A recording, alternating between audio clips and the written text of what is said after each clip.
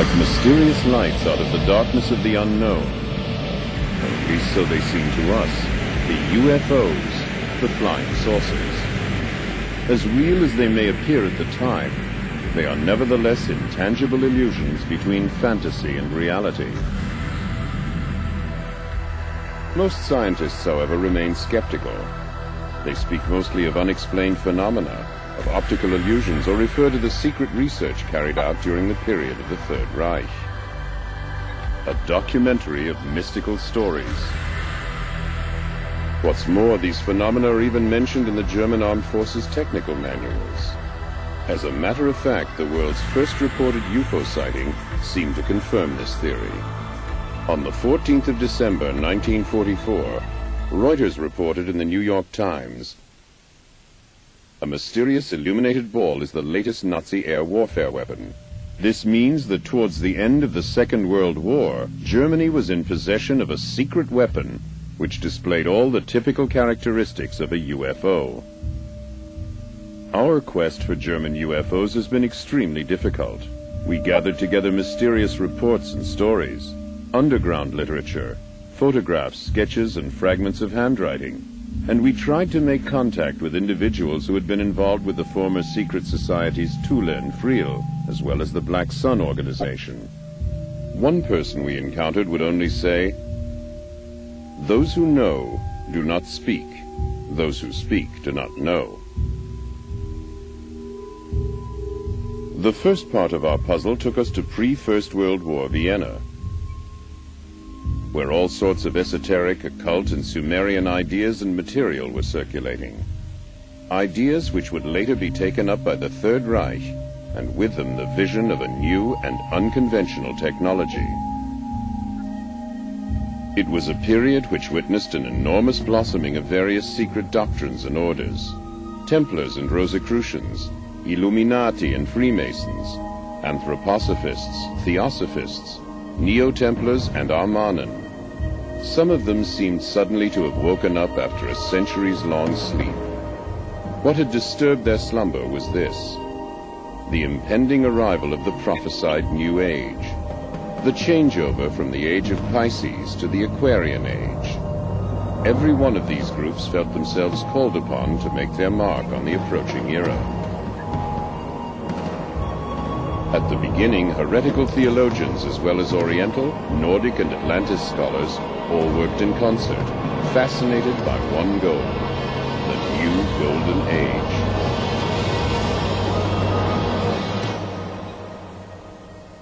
Transcending good and evil. From the beginning of time, this concept has triggered a conflict in the spiritual world, between light and darkness, between white and black magic, between occultism and wisdom.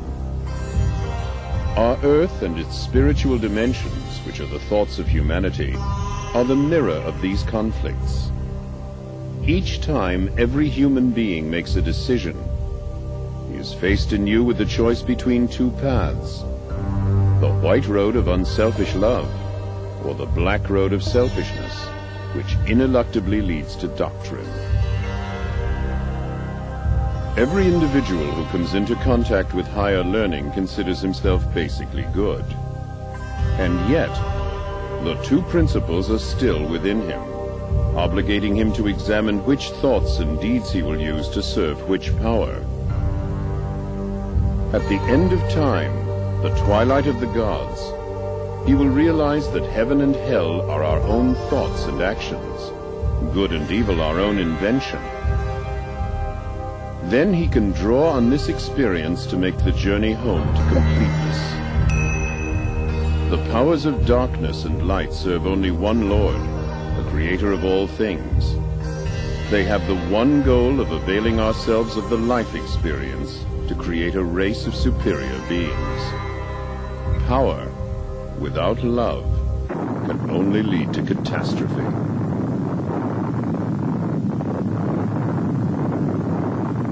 Back then, a young man came into contact with all these secret teachings in Vienna: Adolf Hitler. He read all the books and other literature he could find on these subjects.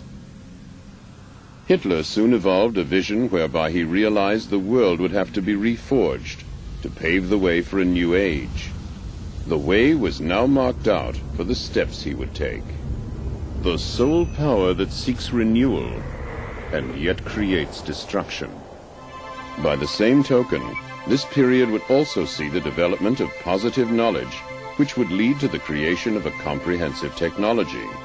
And once again, our search for clues in our quest for the alternative technology, supposedly responsible for the German UFOs which would appear later, led us back to Vienna, to the year 1917. 4 men and a woman met here in the Viennese cafe Schopenhauer. The young Maria Ortisch, a spiritualistic medium from Zagreb, the student and fighter pilot Lothar Weitz, the occultist, orientalist, and officer Karl Haushofer, Rudolf von Sebottendorf, an occultist who had recently returned from the Orient, as well as Prelate Gernot from the Order of Knights Templar.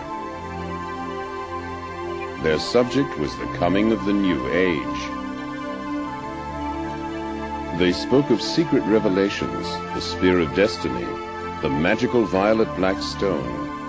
They discussed the possibility of making transmedial contact with the ancient Germanic and Babylonian deities, Ishtar, Ostara, and Isais, and of communicating with distant worlds, not only on this side, but also on the other.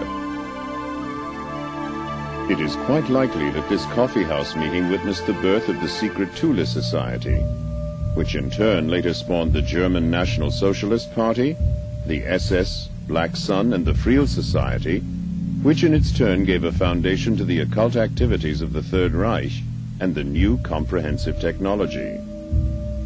And the beginning of German UFOs. What was the secret behind it all?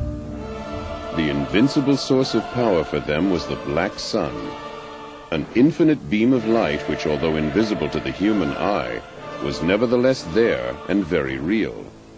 Just as the bright daylight sun can illuminate the exterior, so the dark sun can light up the soul of man. It illuminates the divine light. To this very day, the occult philosophy of the Third Reich is veiled under a thick cloud of mystery and secrecy.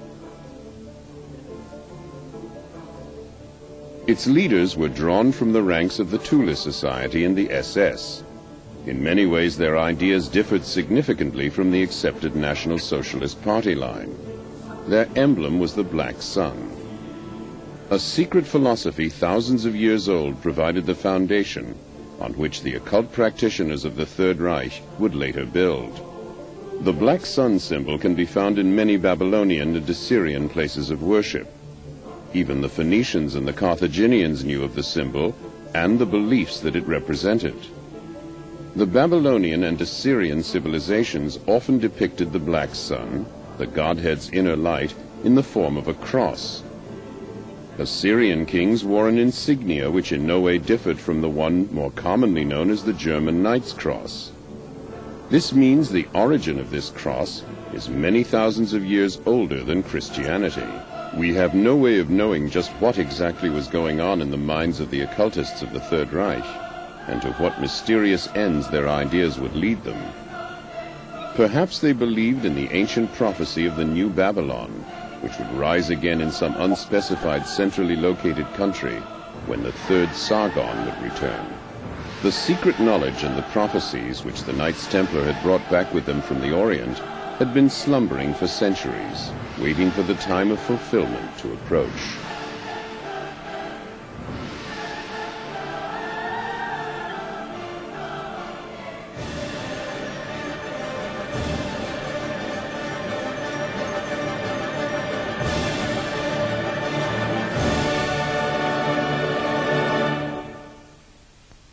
In 1919, von Sebottendorf joined with Karl Haushofer and Dietrich Eckart to form the Thule Society.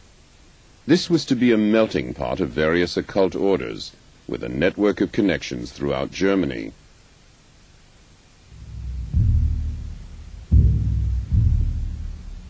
The center was to be in Munich. Many members of the Thule Society formed themselves in active opposition to the short-lived Socialist Republic of Bavaria. A political party was founded, and in 1921, Adolf Hitler, a man well known for his occult beliefs, was engaged as a political orator. Inspired by members of the Thule Society, Hitler's plan for a 1,000-year Reich was born. The increasing political ambitions of the Thule Society resulted in a number of smaller groups going their own way. One of these groups was the Vril Society. Towards the end of 1919, a select group of people, members of both the Thule and Vril societies, met in an old hunting lodge near Berchtesgaden. Taking a prominent part in the proceedings for the first time was Dr. H.O. Schumann, a man whose area of expertise would today be called alternative energy. Nevertheless, the leading figure was the medium, Maria Ortisch. A second medium was also present on this occasion, the 18-year-old Sigrun. Maria Ortisch presented texts she had received from her spirit medium, one in the Sumerian alphabet and the other in the secret code of the Knights Templar. Both texts had already been translated. Were they messages from the gods, or tidings from some alien civilization? Construction plans for the development of some new advanced technology which would enable mankind to reach for the stars? From now on, the members of the Vril Society devoted themselves wholeheartedly to the realization of what must be one of the most bizarre ideas that ever occurred to the mind of man: the construction of a time machine that would transport them to the realms of the beyond and bring them face to face with the gods themselves. We don't know just exactly how far they got with their machine. The experiments carried out lasted almost 2 years. What we can say for certain is that the machine was the inspiration behind the Vril levitation power unit. At the beginning of 1924, the machine was dismantled and taken to Augsburg in southern Germany for storage, perhaps to the Messerschmitt aircraft factory. As a member of the Thule Society, Rudolf Hess gave a number of lectures and was, among others, one of the people responsible for the early encouragement this new technology was accorded. In all things, we are able to recognize two principles which decide upon matter and events: light and darkness, good and evil, creation and destruction. These two principles, the creative and the destructive, determine our technical means.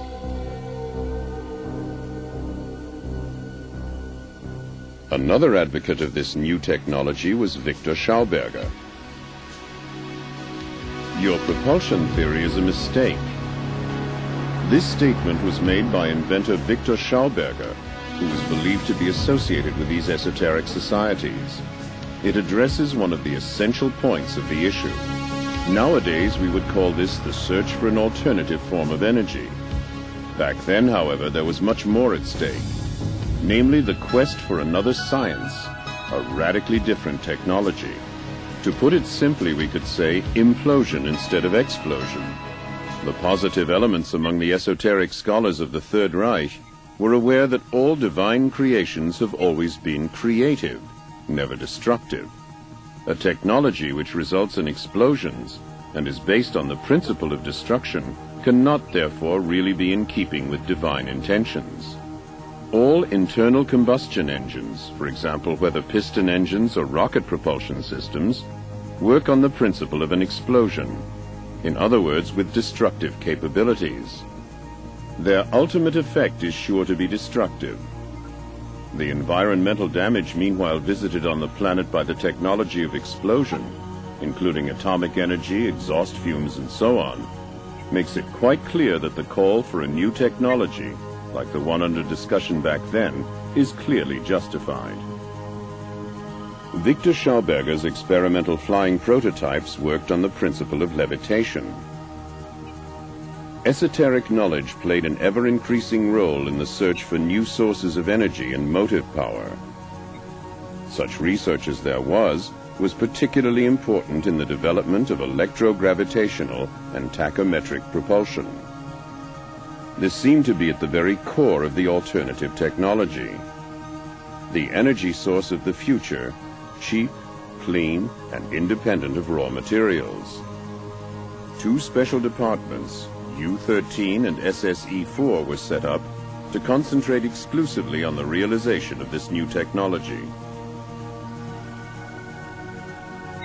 Die Intuition Johannes Keplers führte ihn zu dem Geheimwissen der Pythagoreer. Johannes Kepler introduced him to the secrets of Pythagoras. Victor Schauberger's vibratory theories tied in with the traditional teachings of Pythagoras and Johannes Kepler. The monochord, an acoustic measuring instrument used by Pythagoras, demonstrates to us how the universe was created using sounds, which we obtained through a division of the sides. The entire universe was created using this principle of harmonic resonance. Nach dem Prinzip der Obertonreihe ist der ganze Kosmos aufgebaut. Ganzzahlige Verhältnisse, Proportionen bestimmen den Aufbau der Materie. Auch im Weltall und in den Atomen. Das chemische Periodensystem der Elemente, die Mendelschen Vererbungsgesetze, die Blattstellungsgesetze, bei den Pflanzen auch der Aufbau der Kristalle und so weiter. Überall, wo wir mathematische Strukturen, Proportionen haben, kommen wir auf das Grundprinzip des Monochords, die Obertonreihe. Victor Schauberger benutzte die Mathematik des Monochords, um seine integrale Technik und seine Lehre von den inneren Welten, von den Schwingungen der inneren Welten zu entwickeln und auszubauen. Übrigens, seine Mathematik ist nicht euklidisch. Die Geheimlehre der Pythagoreer wurde von den Templerorden übernommen, aufbewahrt und überliefert. Und Victor Schauberger hat sich dieses Wissen zunutze gemacht, um seine integrale Technik zu entwickeln und ist so zur Implosion gekommen. Anhand des Energieplans der Natur sehen Sie hier das Alpha und Omega, den Grundton bis zu den Obertönen bis hinauf zum letzten Ton, so wie das ganze Universum aufgebaut ist. Alpha und Omega stehen symbolisch für Geist und Materie. Therefore, what we have here is something whole. This knowledge therefore makes an all-embracing science possible. Diese Lehre macht daher auch is the utilization of the potential of the inner universe within the outer universe. Inklusion ist die Nutzbarmachung des Due to the forces of energy and der evolutionary inneren science, Welten in we've der been able äußeren to Welt. make great strides in the field of antimatter, Anhand der and with it do Energiebahnen away with the und der effects of gravity. Inklusionstechnik gelangen wir in den Bereich der Antimaterie und damit zur Aufhebung der Schwerkraft. Im Juni 1934 wurde mein Vater von Reichskanzler Adolf Hitler In June 1934, my father was invited by the Reichschancellor Adolf Hitler to discuss his work. Hitler wanted to know about his discoveries and talk about the various possibilities and what his great plan was. And he said, yes, I'm looking for a new technology which must once again harmonize with the natural order of things. And that is my real program. Mein Programm. Kurz vor dem Eintreffen der beiden Reichsbeauftragten Shortly before the meeting, Hitler, as Reichschancellor, gave the two deputies his orders. The two had come to discuss Hermann Göring's plan. An die zwei Reichsbeauftragten vom Hermann Göring-Plan. Herr Victor Schauberger, Sie werden das And he mit den said, beiden Herren Herr Victor besprechen. Schauberger, you will speak with the two Reichsdeputies, and tomorrow, or by the latest, the day after tomorrow, a second meeting will take place. And he said to the two deputies, I find the plan fascinating. Yes, we Germans will bring about a whole new science. Wir Deutschen werden eine Biotechnik in Szene bringen. The Socialist Party came to power, the occult societies withdrew into the background. Within the SS, the Thule Society created a separate secret organization called the Black Sun. The Friel Society carried on much as before with its scientific research. According to reports, the Friel Society had by the middle of 1934 created its first experimental circular aircraft to be propelled with the anti-gravitational effect, the RFC-1. The men responsible for the design and construction were Dr. Schumann and an engineer from Bochum. Since 1929, the young Gertie Vogt had been responsible for running the Friel Society, and she made herself known to private investors who were prepared to invest in projects that carried an element of risk. In the meantime, the members had become convinced that the mediumistic messages originated not from gods from the other side, but in fact from a highly developed alien civilization within the Aldebaran solar system. The main star in the constellation of Taurus is Aldebaran. Could it be that the Sumerians, whose language remains a mystery to this day, were Aldebaranians? If they did perhaps once land in Mesopotamia, it is interesting that the inscriptions on the royal tablets tell us when the royal power came down to us from the heavens. The Friel and Thule societies were not alone in their vision of space travel in the Germany of those days.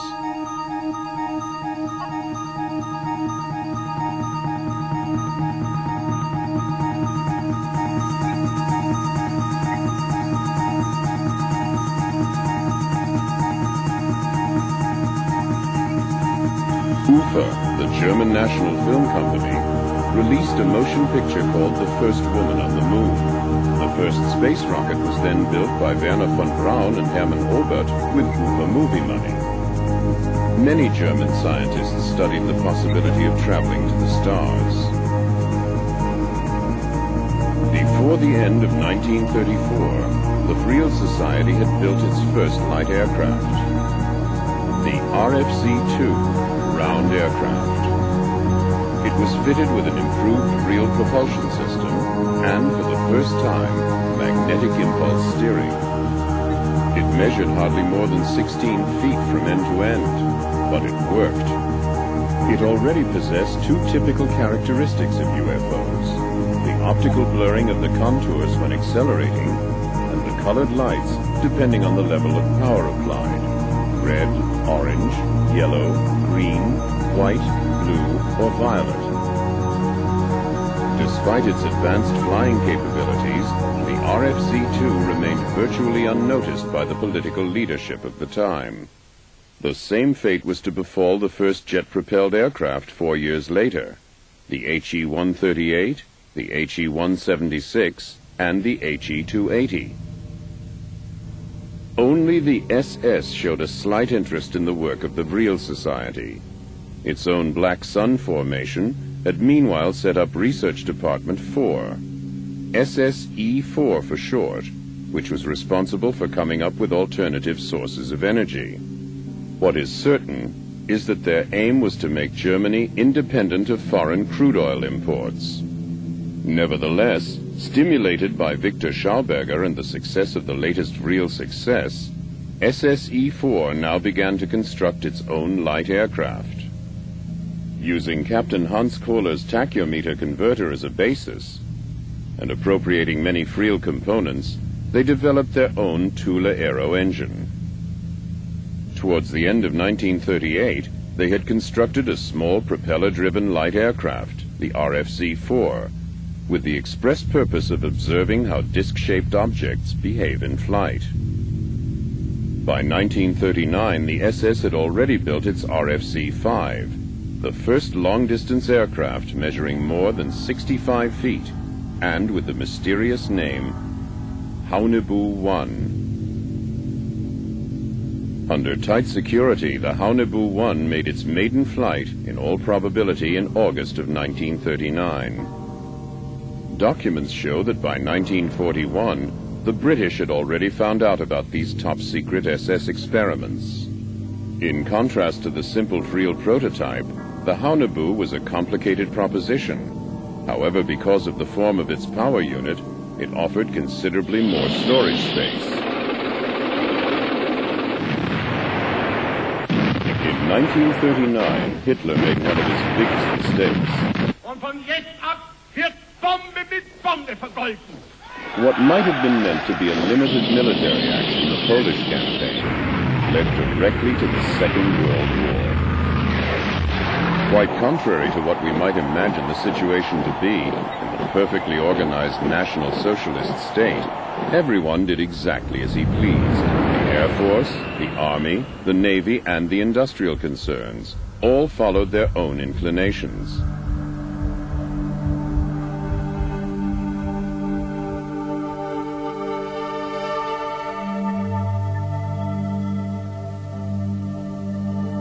competition for armaments contracts became intense. As a result, alternative methods of propulsion found themselves in direct competition with their more conventional counterparts. A sort of compromise was achieved with experimental flying saucers like the RFC-7. Wir haben Transporte gemacht, auch vom Kampfgeschwader 26. Und zwar haben wir Torpedo geholt von Kiel, Holtenau. The 26th Fighter Squadron had been ordered to fly from Kiel to Norway in order to resupply the 30 Fighter Squadron, the Bambach Command. On return flight to Hamburg, I took a model of my aircraft design with me, and taking advantage of the opportunity, actually had it forwarded to Ernst Udet in the Reichsehrenindustrie in Berlin. Zum Reichsluftfahrtministerium nach Berlin an Udet. Udet hat dieses Modell weitergegeben an Udet passed this model on to the research establishment in Peenemünde, where tests were later carried out. Over and over again, I later heard reports from people who were working in Prague on the construction of flying discs, and progress in this field was actually being made. I also knew that Habermohl and Schriever were in possession of my model and had begun work on its practical applications. Mein Modell praktisch bekommen hätten zum Ausarbeiten, zum Rekonstruieren. Und diese Flugscheibe hat der Schriever auf seine Art, seine Schriever Gedanken made certain umgebaut. alterations to my plans, whereas, as I was later to certain, Habermohl had remained true to my original design. The second prototype was a flying disc, 42 meters long, and was built by Mita Beluzzo in Breslau. Ein zweites Modell wurde gebaut, eine 42 Meter große Flugscheibe wurde gebaut durch Mita und Beluzzo. Und zwar in Breslau.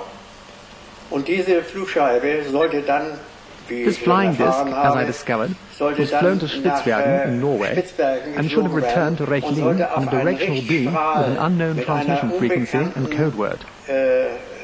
Sendeskala, eine Nummer für den Sender, nicht, was überhaupt gar nicht benutzt wurde von anderen, sollte auf diesen Richtstrahl die Flugscheibe due to a bad nach landing in Rechlin Spitzbergen, zurückfliegen. it was damaged Sie ist aber bei der and was Landung in unable to complete the return flight so home. zerstört worden, weil die ist heftig abgestoßen und konnte dann nicht mehr zurückfliegen. After that, I drove into the hills just outside Prague, where the secret testing ground was supposed to have been located. I had my Leica A camera with me, when suddenly I saw such a flying saucer. I was wounded at the time, so I know that it was November, December, although the test flight was not due to take place until the following February. Someone had made an unscheduled test flight, and this is what I saw coming towards me. It had no wings, absolutely none. I took a photo and wound on the film, but it was already directly over me. Then I took a second photo, and I could see that it was a flying gyroscope, a flying saucer. Eine Flugscheibe. Apart from the conventionally powered flying saucers to be seen at this time, there were indeed other UFOs cruising the skies. A small Vril RFC-2 had been in service as a reconnaissance aircraft since the end of 1940. This rare photograph shows an RFC-2 in the skies over the southern Atlantic, on the way to a rendezvous with the auxiliary cruiser Atlantis in the waters of the Antarctic. Individual sightings of the first RFC-6 Haunebu-2 were also reported. In July 1941, work began on this Schriever-Habermohl flying gyroscope, a jet-propelled vertical takeoff light aircraft. By the end of 1942, the first practical tests could begin.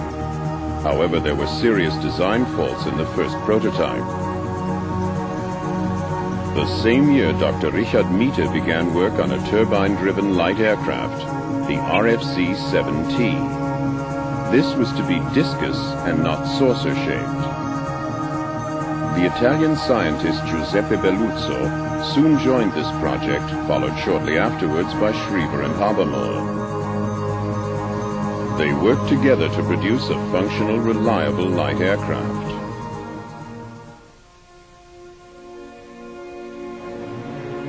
And so, on the 17th of April 1945, Richard Mita was able to report to Adolf Hitler, "Today, under my direction, and in the presence of 3 Luftwaffe officers, the V-7 was tested in the skies above the Baltic.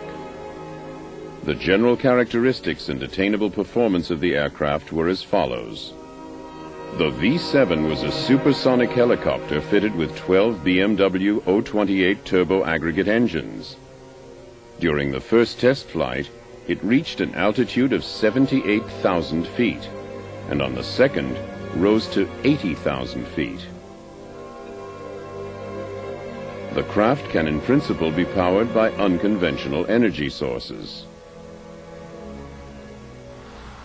My background includes remote sensing technology and the exploration of the UFO phenomena. Over the years, I've had the privilege of being a friend and colleague of the late American Naval Admiral Delfarny, who was instrumental in bringing many of the German scientists to the United States at the end of World War II. As many of you know, there was an executive order given by President Truman in August of 1945, August 15th, 45. And in March of 1946, the State Naval War Committee authorized the collection of German materials relating to experiments of high technology. The operation known as Paperclip was to bring sequestered German scientists privately to the United States in the hope that the Americans could begin a quick start, a catch-up in the areas of V1 and V2 testing. Clearly, the Germans were involved with the building of what many allies considered miracle weapon systems. And so I have had the opportunity of looking very carefully at the documents that detail 2 histories. One, the building of the first space city on planet Earth known as Peenemünde, and the bringing over of some of the best technical and scientific experts in the world, headed by Dr. Wernher von Braun, which led to the placing of man on the moon. And secondly, a closer look at the lesser-known development of what some experts will call the Feuerkugel, the fiery ball, or the disc-like hovercraft that the Germans were experimenting with during World War II, which was known to American intelligence and yet not really appreciated until the Germans began to cooperate with the Americans following World War II in a unified effort to advance mankind into space. The Allies described the various German flashing flying aircraft that they saw as Foo Fighters, fireballs. The German name for the typical Foo Fighter, however, was Fliegende Schildkröte, flying tortoise, because of its resemblance to the tortoise shell on the ground. It had been developed by a specialist technical unit of the SS in the Vienna suburb of Wiener Neustadt. It was in fact an unmanned flying probe. Its mission was to fly close to enemy aircraft and wreak havoc on the electrical circuits. In addition, it was equipped with a special type of klystron tube. The SS spoke of death rays. I was a fighter pilot in World War II. I served a career of 24 years as a fighter pilot in the United States Air Force. But I was a young fighter pilot in World War II, and I was a captain in the Air Force near the end of the war. And we began receiving reports sometime in 1943 of Foo Fighters, fireball fighters. They were balls of brilliant light, sometimes brilliant green and sometimes brilliant orange light, sometimes the size of a basketball and sometimes much bigger, that would get in formation with our bombers and stay there. Nothing, you couldn't shoot them down. You couldn't, no matter what maneuver we went through, they stayed exactly in position. I had friends who reported these balls of fire appearing outside of the cockpit of a fighter aircraft only 10 and 15 feet away, and they did every maneuver they could think of, dives and rolls and everything, trying to get rid of this ball of fire out there, and it remained in exactly the same position no matter what they did. This represented a technology far superior to anything that we had encountered anywhere on the planet before. We thought these objects were being manufactured by the German government because they were our opposition at the time, and we thought they had discovered some new technique because we had already experienced other instruments, other vehicles that passed through the bomber formations at very high speed that also had glowing tails. We had close approaches of disc-shaped craft, not as close as one would like, but following bomber formations. We knew that the rockets had been perfected, and we thought that most of these were simply a further extension of this rocket technology, and we believed that they were all being produced someplace by the Germans.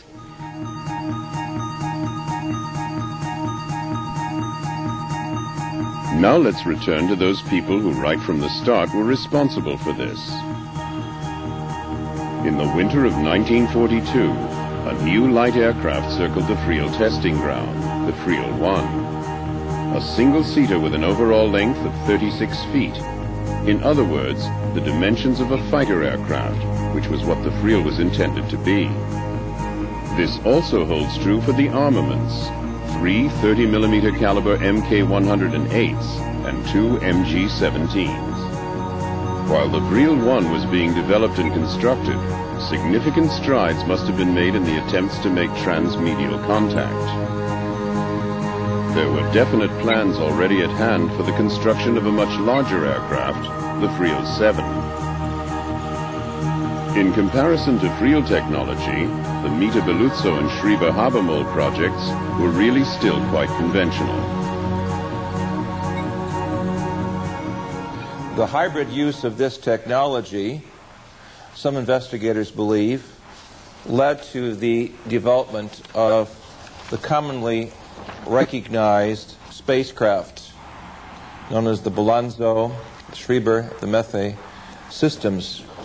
The first, the second, and the third prototypes of which we see here represent the most commonly seen and observed spacecraft worldwide since 1947. The documentation and personal experiences with many of the German fuel experts, however, suggest that as early as 1935, the Germans were aware that there was life and technology in the universe, and were at least indirectly aware of the possibilities of building their own saucer craft, which would make them basically the first to have opened the window to contact with other areas of higher evolutionary intelligence.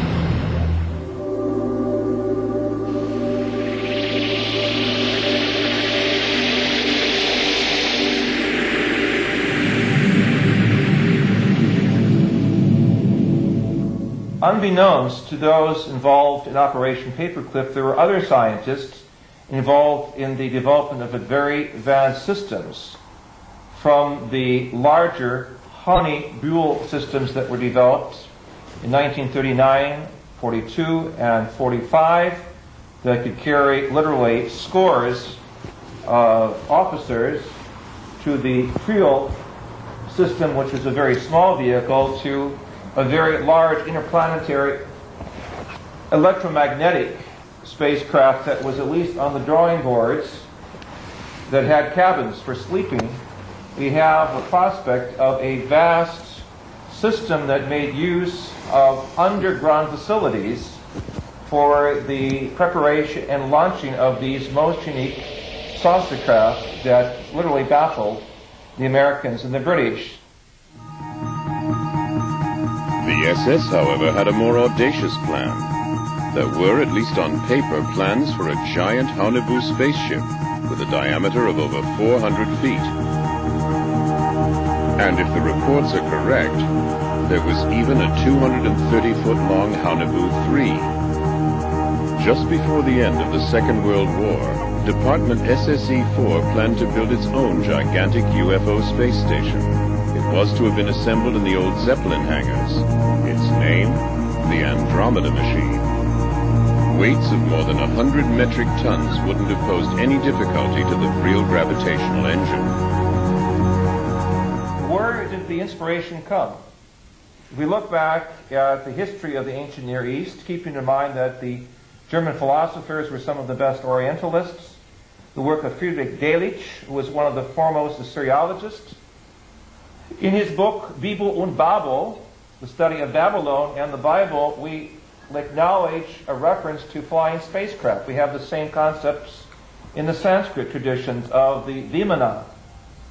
The Germans were clearly well aware throughout the history of some 12 to 6,000 to 3,000 years, depending upon Oriental and Near Eastern history, that these craft did exist.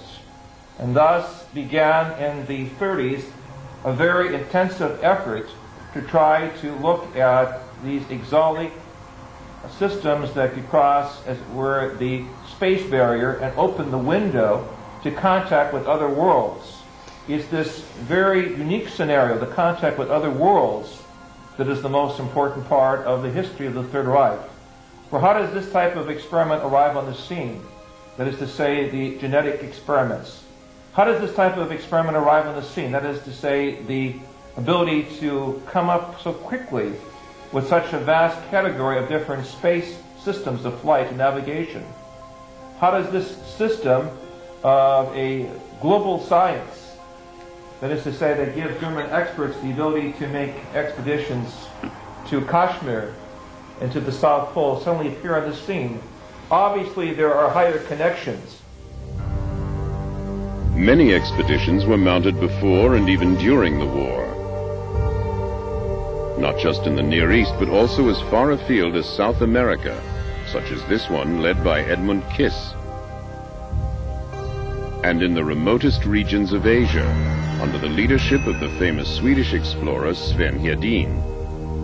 It was the search for traces of a higher knowledge.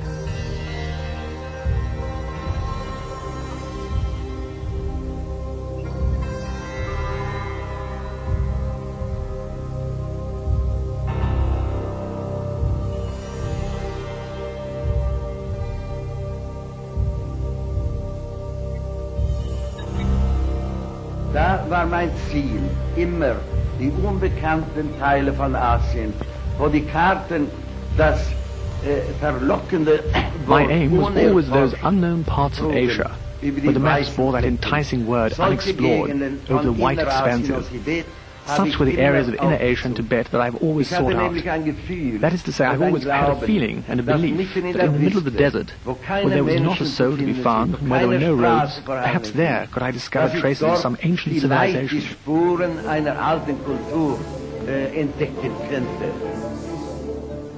The Vril Society already had its own audacious plan. They got together around Christmas 1943 for a secret meeting in the German Baltic Sea resort of Kolberg. We don't know exactly what was discussed behind closed doors on that occasion. We do know, however, that one subject was right at the top of the agenda. Operation Aldebaran, on which the mediums Maria and Sigrun divulged new transmedial information. Fragmentary though these transmedial messages are, they nevertheless enable us to form an amazingly clear picture of their meanings. Even maps and landscapes of distant planets have been received by medial communication. The Aldebaran solar system is 68 light-years away from the planet Earth. The magical medial telepathic agencies of the Thule and Friel societies have this to report about it. The sun, Aldebaran, has 2 inhabited planets circling it. The 2 together go to make up the Sumerian Empire. On the 3rd and 4th of January 1944, a meeting is believed to have taken place between Hitler and Himmler. The subject of their discussion, the Friel Project, the projection of a huge wheeled spaceship through the dimensional channel. In other words, a tunnel that was independent of the speed of light to Aldebaran. If we look at human history, we see throughout the documents of Samaria, of Ebla in Syria, even the Old Testament book of Ezekiel, chapter 1, speaks of the wheel within the wheel. So there is very clear evidence of higher and parallel evolution throughout human history. However, it is very clear that the major impact of UFO technology did not occur in 1947 at Roswell, but rather earlier, by some 10 to 12 years in the area of Germany. And on the basis of looking at documents and talking with former scientists who worked in Germany during the war, it is clear that many of the officers saw UFOs in the sky over Germany during World War II, and even in the region of Peenemünde, where the first experiments took place, there's clear evidence that there were advanced electronic eyes and ears that were watching very carefully the German scientific developments. Clearly and logically, Germany would be the most unique place for a contact that would be made by higher intelligence, since it was in the leadership of the scientific industry in the 20th century. Clearly, it was the place where some of the best scientific minds were assembled in the world.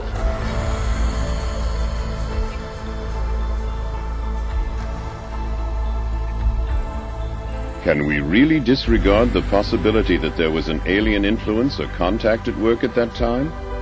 What could this structure, photographed on the Friel testing ground in the autumn of 1943, possibly be? A Friel 7 engine being tested? Possibly. But mightn't it also be a spaceship from Aldebaran?